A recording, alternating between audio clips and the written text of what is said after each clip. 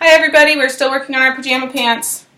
Our last video we flipped our pants around before they were lined up for sewing this crotch seam and made so that was flat, and now we are sewing the out seams. So this is how we want them now. Go check out that other video if you haven't. It's a little tricky to wrap your mind around the first time you do it. So when we pinned for the out seam, we were matching up our notches and matching up our edges all along. Don't worry about whether or not your pants are completely laying flat in the middle. They won't, because the back is bigger than the front. Just like in our bodies, the back is bigger than the front. So that's what the pants need to be to fit. So we're just matching up the edges and our notches on the outside, and then we'll sew this with a 5/8 inch seam allowance like most of our seams.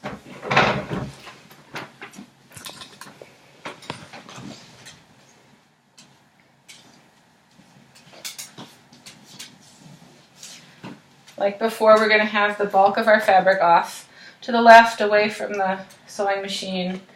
We'll line up with a 5/8 inch seam allowance over here.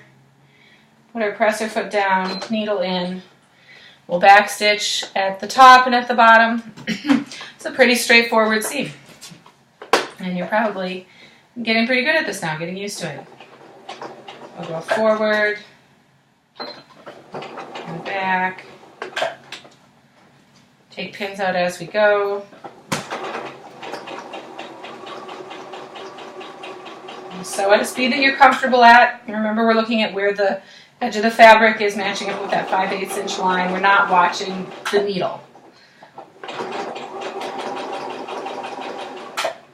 Take your pins out as you go. You want your fabric to be smooth where you're sewing, so you don't sew any puckers in. And that is all there is to it. And since you've done this before, I'm just going to tell you to keep going and make sure that you backstitch down at the bottom.